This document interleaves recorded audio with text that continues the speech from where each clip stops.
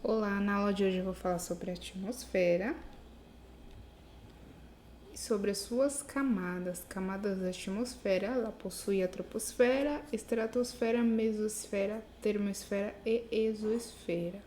A troposfera está mais próxima da superfície da Terra, no qual ocorrem os processos de mudanças climáticas, onde é possível a utilização de aviões, de balões, onde ocorrem as chuvas, onde está concentrado a maior parte dos gases da atmosfera. A composição da atmosfera, realmente da troposfera, é 78% de nitrogênio. O nitrogênio é importante para as plantas, por exemplo, para os cloroplastos estão presentes nas folhas das plantas, porque esse nutriente vai dar, além de dar a pigmentação das folhas, a coloração verde, ela é disponível em forma de gás na atmosfera, ela não é utilizada. Mas quando ela está disponível no solo, em outro estado, através das micorrizas, das plantas das micorrizas, que são fungos, que estão presentes nas raízes leguminosas de outras plantas, transforma ele em outro estado, esses gases de nitrogênio, que estará disponível para as plantas. Então, essa é a importância do nitrogênio. Já o oxigênio, que é o mais importante para nós, para a respiração celular. Outro 1% é o dióxido de carbono, vapor de água e outros gases raros, como está aqui na tabelinha. Na troposfera também ocorre processo do ciclo da água, onde ocorre a formação das nuvens. Camada da atmosfera, temos aqui a estratosfera, onde está presente a camada de ozônio. Só um detalhe que a cada altitude, aumentando a altitude, menor a temperatura, até chegar ali na mesosfera.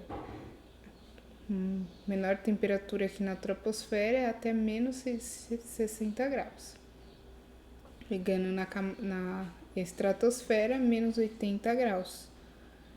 Tá? Maior altitude, menor é a temperatura.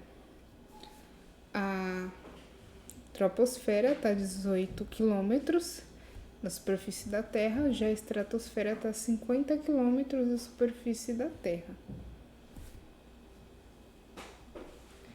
Camada de ozônio, que está presente na estratosfera.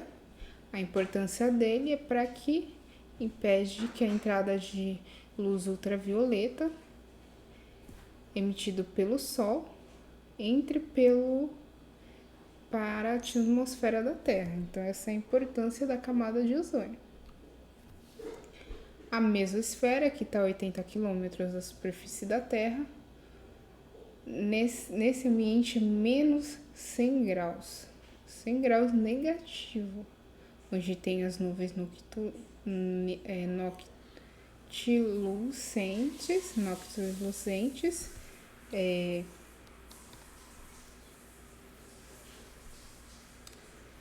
onde pode ocorrer presença de aviões supersônicos, eles conseguem subir até a essa camada, e balões climáticos estão presentes também nessa camada. E temos a termosfera, no qual ocorre então um aumento da temperatura após 300 quilômetros da superfície da Terra. É ali que se recebe e transmite as ondas de rádio. O ar é rarefeito por causa da altitude e onde ocorre o processo de aurora boreal. A aurora boreal é o fenômeno da natureza que ocorre no Polo Norte. O nome aurora boreal foi criado pelo cientista Galilei no ano de 1619. E trata-se de uma homenagem à Aurora, deusa romana do amanhecer, e Bóreas, seu filho, representando o vento norte. As principais cores formadas são o verde e o vermelho. O verde é formado pela emissão de átomos de oxigênio em altas camadas da atmosfera. O vermelho é formado pela emissão de átomos de nitrogênio, que é a maior composição que tem, seguido do oxigênio. Em maior quantidade de oxigênio nas camadas mais baixas. Fala um pouquinho do campo magnético da Terra, no qual temos os Polo Sul e Polo Norte. Então, ocorre como se fosse um imã a presença dessas linhas de indução. Que faz essa formação de linhas de indução é a atração do Polo Sul com o Polo Norte.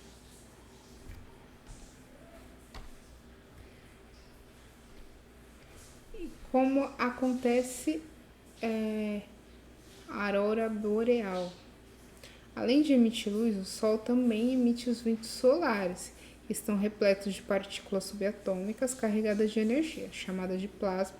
Essas partículas provocam o fenômeno de luz quando entram em contato com campos magnéticos dos polos.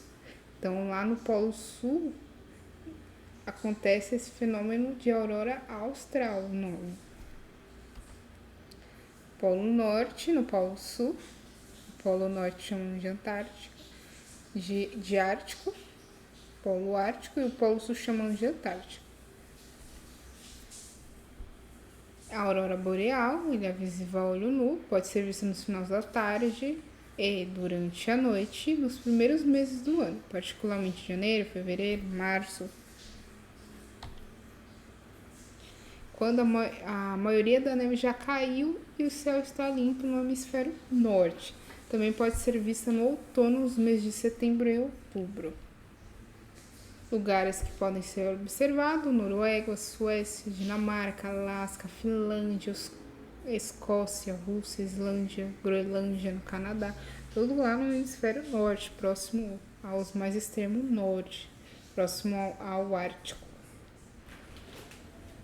Aurora austral, fenômeno de luzes que ocorre no hemisfério sul do planeta, nome criado pelo navegador inglês James Cook, a cidade de Ushuaia, capital da província da Terra do Fogo, na Argentina. Trata-se da cidade mais austral do mundo e por isso é chamado de fim do mundo, lugar que podemos observar.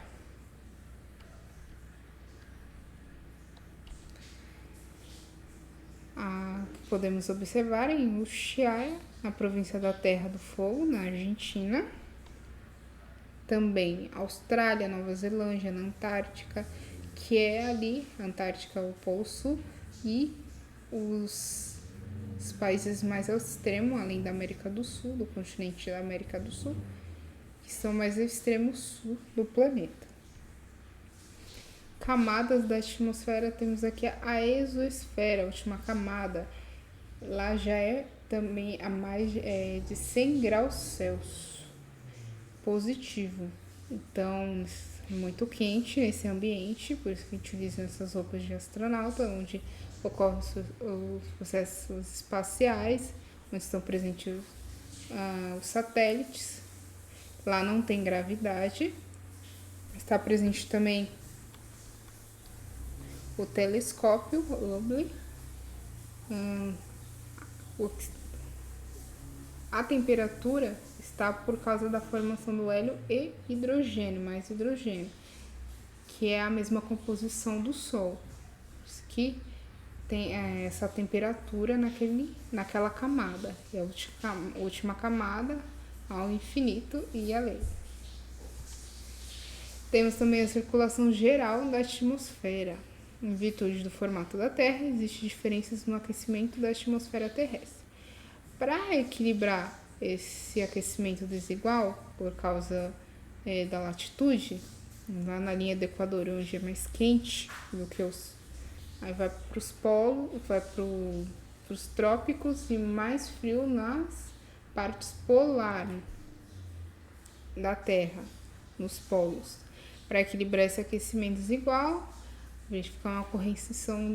verificamos então a ocorrência de células de circulação de ar do Equador para os polos e dos polos para o Equador. Tá? Então, esses ventos que ajudam no equilíbrio da temperatura. Aquecimento global. Quais são os gases do efeito estufa? De onde são liberados? Fontes naturais de emissão de metano e CO2, que são os gases do efeito, os principais gases do efeito estufa. Os fontes naturais, pântanos, que é a fonte de metano, e vulcões, quando ocorrem erupções vulcânicas, que é a emissão natural de CO2. Emissões de metano provenientes de atividades antrópicas. Temos aqui o esgoto, 10%, aterro sanitário, 13%. Temos também cultivos de arroz, com 11%, o gás natural, 15%, e animais ruminantes, com 28% da emissão de metano liberada na atmosfera. São os animais ruminantes, são rebanhos de bovinos e outros ruminantes como os cabras, ovelhas e búfalos. Os ruminantes, sua contribuição para o efeito estufa, ele contribui 23% do efeito estufa, devido à liberação do gás metano, que é 21 vezes mais ativo que o gás carbônico na retenção de raios solares que aquecem o globo. Como ocorre esse processo? Através da fermentação entérica dos animais ruminantes. O gás é produzido por micro-organismos presentes no rumen. O rumen que está presente, que é uma das 4 cavidades do estômago desses animais ruminantes, e ajuda a digerir a celulose, esses micro-organismos que ajudam a digerir a celulose. Já os nossos micro-organismos, bactérias, que estão presentes no nosso sistema gastrointestinal, ele não ajuda a digerir a celulose. Então, a gente acaba eliminando essa celulose, no qual chamamos de fibra. Esses gases são liberados pela boca, como se fosse um arroto, junto com a respiração desses ruminantes. O metano é 21 vezes mais ativo que o gás carbônico, porém a liberação de CO2 é muito maior. E essas emissões de CO2 está na queima da biomassa das florestas. 25% é na geração de energia de calor, como nas termoelétricas, no qual eles utilizam o carvão para queima para produzir energia. Ainda é 25% no mundo, tá? Sendo que aqui no Brasil a maioria é nas hidrelétricas, mas no mundo, no total, é 25%, que contribui para a emissão de CO2. Fontes não renováveis, entre esses 25% de geração de energia, 21% nas indústrias, liberação pelas indústrias, e 14% nos transportes. Essa liberação, então, é 37,9%, é através da queima do petróleo, seguido pela queima do carvão mineral, que é 4,7%. Tá? Na liberação de energia, na geração de energia, seguido pelo gás natural e urânio, que ele não é renovável, mas ele é considerado não renovável, mas não ocorre a queima da biomassa. Uma das principais causas de desmatamento é para a pastagem dos rebanhos da pecuária. Os ruminantes, então, estão aí contribuindo também para o CO2. As emissões, 21% de desmatamento e agricultura, sendo dentro desses 21%, 3% é o desmatamento da Amazônia.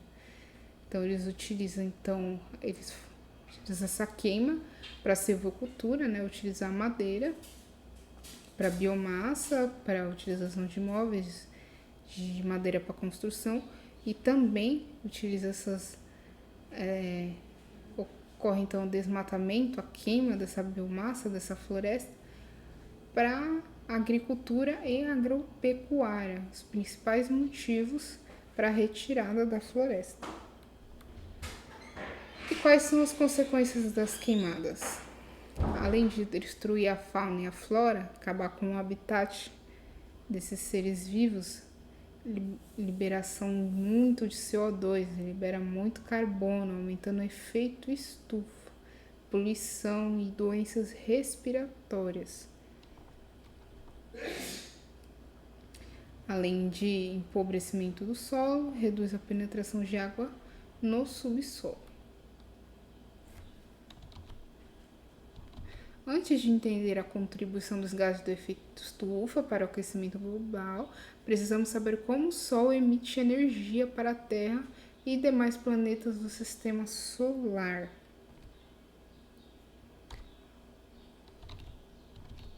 Primeiro, o Sol, em sua composição, ele tem hidrogênio, que chamamos de trítio, e deutério.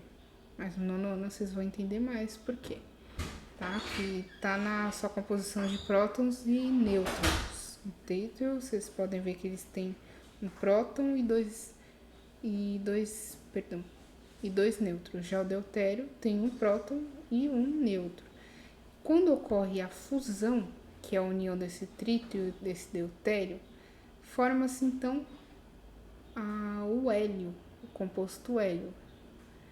Então é dessa forma, para a formação desse hélio, ele precisa perder um nêutron, que é representado pela essa bolinha azul.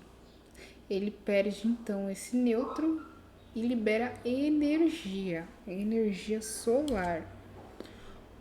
As ondas do espectro de luz solar são essas ondas que vocês podem ver da esquerda para a direita. Ela é de menor e vai aumentando o diâmetro dessas ondas. A gente pode chamar então, quanto menor o diâmetro, a gente tem aqui o raio gama, raio X, o V. E quanto maior o diâmetro, temos infravermelho, micro-ondas e ondas de rádios. E mais centralizado, temos aqui a luz visível, aquela luz emitida pelo Sol que a gente pode visualizar. Toda a matéria absorve certos comprimentos dessas ondas e outras são refletidos. As cores que vemos. Tá? Então, toda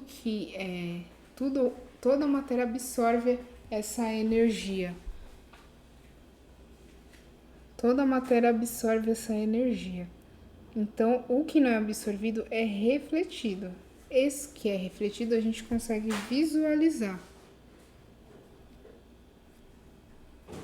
A luz visível, reflectância e absorvância. A gente pode ver então que nas folhas elas utilizam a energia solar para fotossíntese.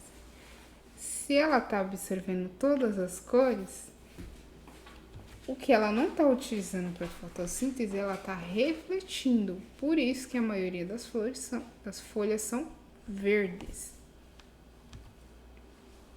O infravermelho, essa onda aqui, que a gente está indicando com a setinha, que está mais próximo da cor vermelha, por isso chama de infravermelho, da cor visível vermelha. Efeito estufa de vidro. São estruturas com o objetivo de acumular e conter o calor no seu interior. Elas são utilizadas para cultivo de plantas. Não há a troca, o objetivo dela é não haver a troca de ar entre o interior e o exterior. Sendo assim, essa energia solar entra pela radiação solar, aquece o ambiente e não é perdida. Então, essas plantas conseguem, eles influenciam então a fotossíntese dessas plantas. E, consequentemente, aquele infravermelho também está entrando. Então, está aquecendo a estufa.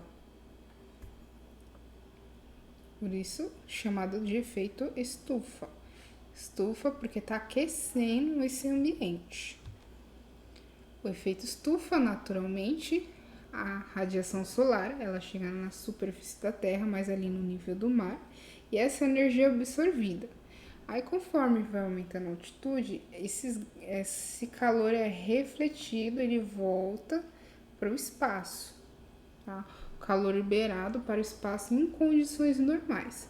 Então, a energia é refletida, 30% é refletida e 70% dessa energia é absorvida pela Terra, tá? Então, esse calor que não é refletido, ele permanece formando então um efeito estufa na Terra. Se não tivesse esse efeito estufa na Terra, a Terra estaria coberta toda de gelo, não seria um ambiente adequado para se viver. Mas com a liberação de CO2 e metano de fontes poluidoras, como eu tinha passado anteriormente, está intensificando esse efeito estufa, permitindo que o excesso de calor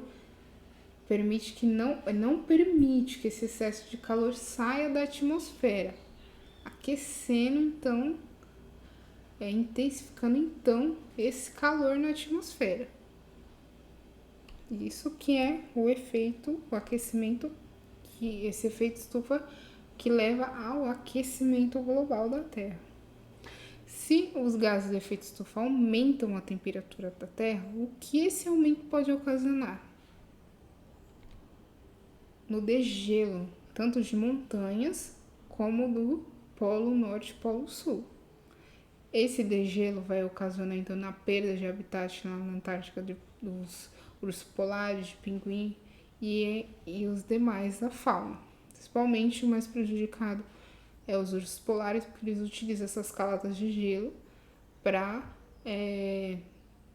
permanecer sobre ele e caçar suas presas.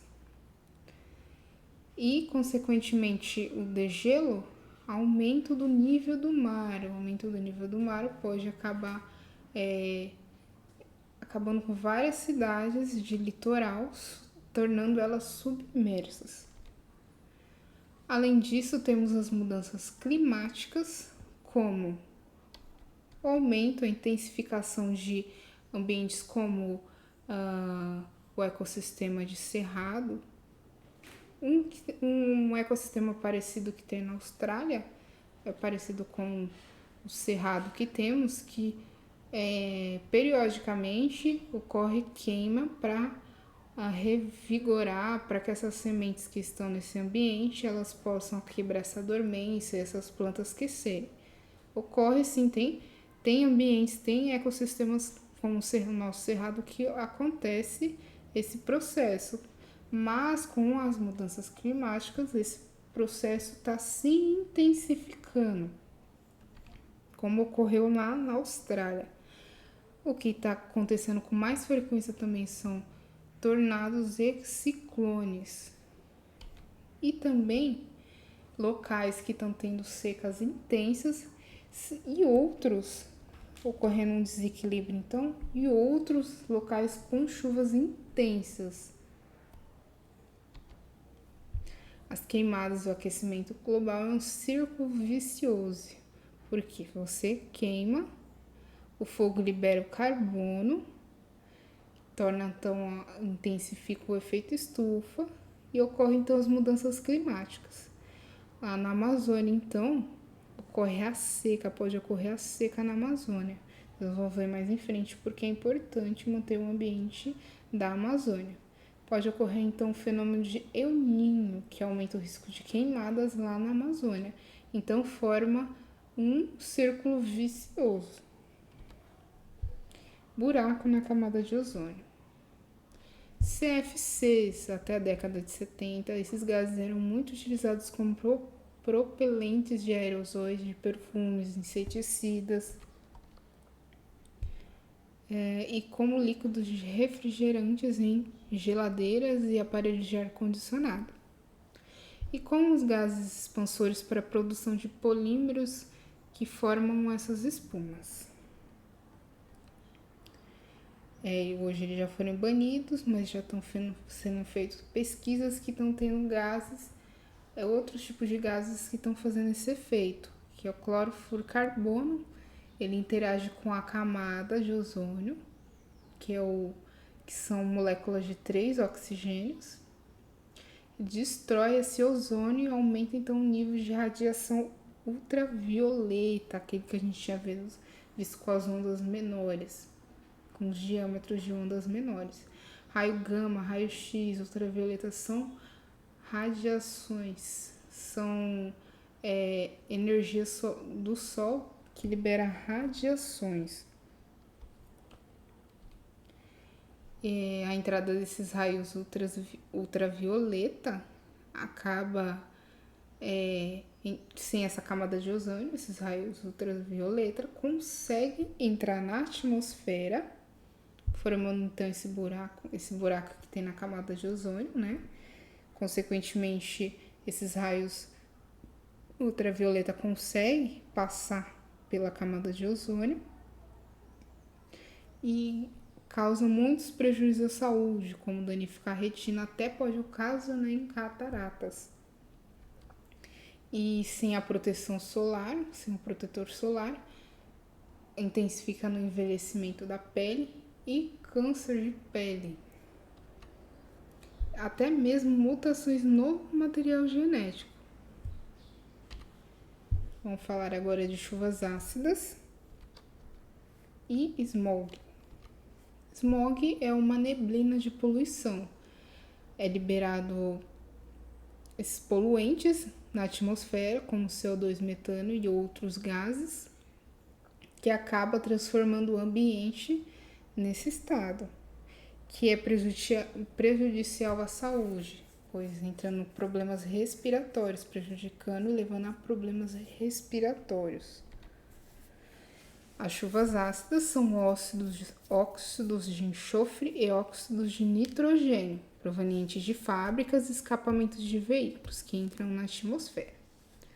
Ocorrem então as reações químicas na atmosfera. Esses óxidos de enxofre e nitrogênio interagem com a água da chuva, formando então outros componentes que chamamos então, que compõem a chuva ácida.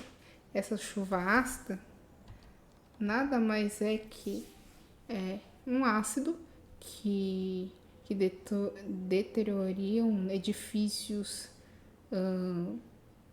deterioriam monumentos. Presente na atmosfera prejudica as pessoas também. Eles danificam árvores, envenenam lagos, matando os animais aquáticos. As plantas absorvem essas substâncias venenosas e acabam morrendo. Envenena, torna o sólido ácido, impróprio então para a vegetação. Acidificação de oceanos. As algas marinhas são os produtores primários na cadeia alimentar lá no ecossistema aquático, já que no terrestre são as plantas.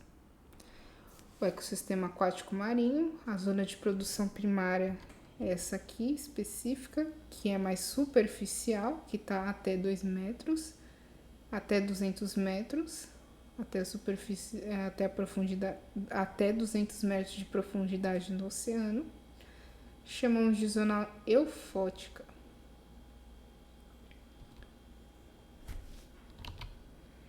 A absorção de CO2 no ambiente terrestre, né, pelas plantas, né, que elas absorvem carbono, o CO2, e espelha e libera o oxigênio.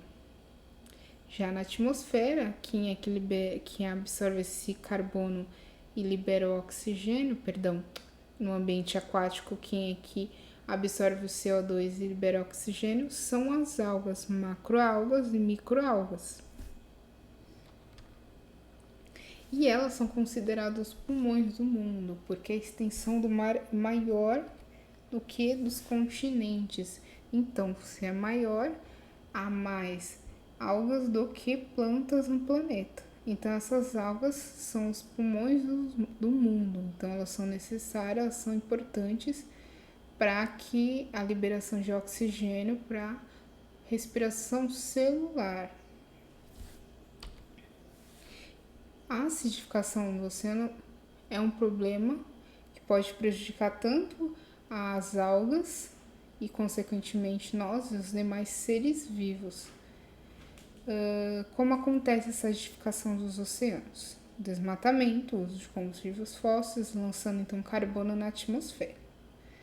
Onde ele permanece em forma de gás, carbono, ele é absorvido, o calor do sol, ele é absorvido então esse carbono pela água. Esse carbono mais a água vai formar o ácido carbônico. Esse ácido carbônico é prejudicial para animais com esqueleto calcário, como os quinidários, por exemplo. Eles são sésseres, crescem e formam as colônias. Eles abrigam e fornecem carbono, vindos da respiração celular, e os nitratos e os fosfatos e os nutrientes inorgânicos, né, para as algas unicelulares que vivem dentro das paredes celulares de cada pólipo desses corais. E essas algas fornecem subprodutos da fotossíntese e esses quinidários transformam em proteína, gordura e carboidrato. Em temperatura acima do normal, por causa do aquecimento global, essas algas, chamamos de zooxantelas, produzem água oxigenada, tóxicas para os corais. Então, esses corais, para se proteger, expulsam essas algas dos seus pólipos. Sem as algas, o esqueleto branco dos corais ficam visíveis. A absorção de CO2 pelo oceano, o ácido carbônico corrói e dificulta a produção desse esqueleto calcário, tanto de corais como os caracóis, esses moluscos de conchas e exoesqueletos de equinodermatas, as estrelas do mar, por exemplo. Esse ácido carbônico, então, ele destrói esse esqueleto calcário. Há experimentos que comprovam que esse esqueleto calcário é destruído pelo ácido carbono. Por exemplo, aqui um ovo mergulhado no vinagre, que é um ácido, e o ovo é feito de cálcio, né? Assim como o esqueleto calcário. Ele corrói a casca, corrói totalmente e o ovo fica sem a casca. Assim, esse mesmo processo acontece com os corais e esses demais animais com esqueleto calcário. Sem os subprodutos, eles também ficam sem a fotossíntese, além de acabar com o seu esqueleto calcário, ele não sobrevive porque ele não tem mais o subproduto dessas algas. Essa foi a aula de atmosfera. Espero que vocês tenham gostado. Eu vou ficando por aqui. Até mais. Tchau, tchau.